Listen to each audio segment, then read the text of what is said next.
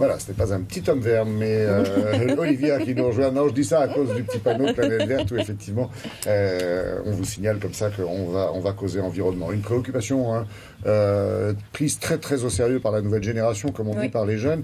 Reste à savoir si tous les métiers qu'on peut imaginer liés à l'environnement et au bien-être de notre planète, donc au nôtre aussi, s'il y a les formations qui peuvent aboutir à ces nouveaux métiers qu'on évoque régulièrement avec vous. Vous avez trouvé justement une école dont on ignorait l'existence, c'est pas très loin de Toulouse, en Haute-Garonne. Non, c'est à Lage, c'est à une quarantaine de minutes de Toulouse. En fait, cette école fait partie d'une association qui s'appelle 3PA, qui a été créée il y a une quinzaine d'années.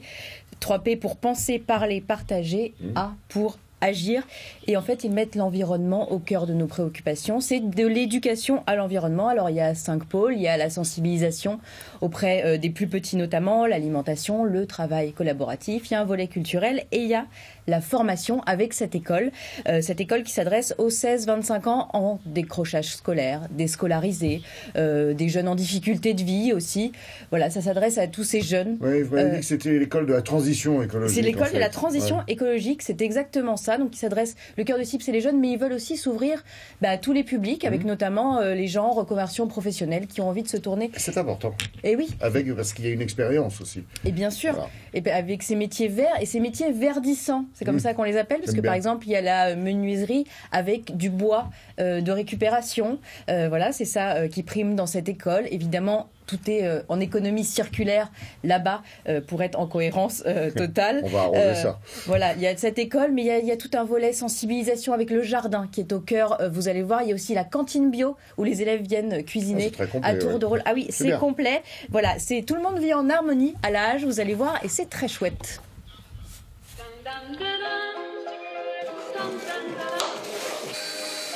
L'école de la transition écologique, c'est une école qui s'est créée en 2017. C'est la première école du genre en France. Elle s'est créée en fait sur 2 constats. Le premier constat, c'est que 90 000 jeunes sortent chaque année du système scolaire sans aucun diplôme. Le deuxième constat, c'est que selon l'ADEME, l'Agence de l'énergie, 900 000 emplois vont être créés dans les 50 ans à venir autour des métiers de la transition écologique. Tu sais que tu dois couper. Ici. Okay. On propose 7 dispositifs différents de formation qui vont de 10 jours jusqu'à 2 ans. Ils vont de la découverte, de la remobilisation autour de ces métiers, jusqu'à une formation diplômante qui est le CAP menuiserie. Et demain, 2 nouveaux CAP autour des énergies renouvelables, autour de la cuisine biologique, autour de l'agriculture.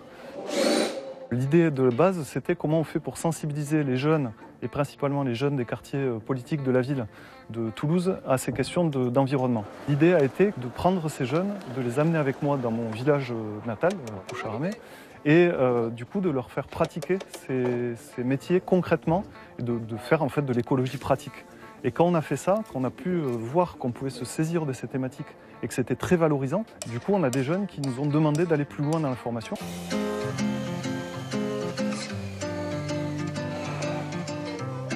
En ce moment, à l'atelier, nous avons 2 réalisations en cours. Donc ces boîtes à lire qui sont destinées à la mairie de Clichy.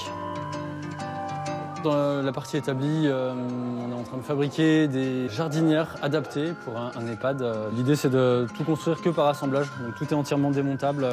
Voilà. On essaie d'utiliser ni clous, ni vis, ni colle. On récupère tous les invendus des magasins bio. Le but, c'est surtout de les sensibiliser au gaspillage et surtout manger équilibré, bio et sainement. Et ils sont super contents.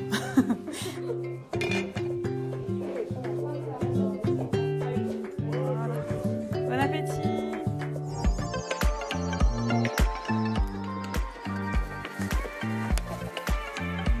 C'est pour nous un jardin qui nous permet d'accueillir des écoles, de leur montrer comment on cultive des légumes, les sensibiliser à la protection de la biodiversité. On accueille 2 jeunes volontaires en service civique sur des missions de 8 mois. Donc on a Hugo et Adrien, qui ont comme mission d'aménager et d'entretenir le jardin pédagogique, de faire tout ce qui est soins aux animaux, entretien des clôtures, des abris, etc. et qui participent à toutes les animations. Je suis très fier parce que sur un territoire qu'on dit en difficulté, un peu moribond, où il n'y a pas beaucoup d'activités, on a réussi à créer 15 emplois, une dynamique et aussi beaucoup de réflexion et d'accompagnement de jeunes autour de ces questions de transition écologique. 1 mois et demi.